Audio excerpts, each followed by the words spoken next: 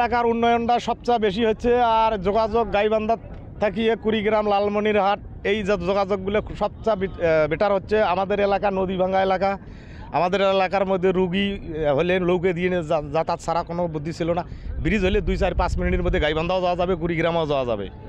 আর এখানেও এই জায়গাটা অনেক উন্নত হয়ে গেল, অনেক মনে করো যে কার্যক্রম হচ্ছে, আরও নদী খননের কাজ হবে, তাতে অনেক উপকার আমাদের এলাকার, অথবা আমাদের গাইবান্ধা জেলার গৌরব। এটা গাইবান্ধা কুড়িগ্রাম জেলার গৌরব।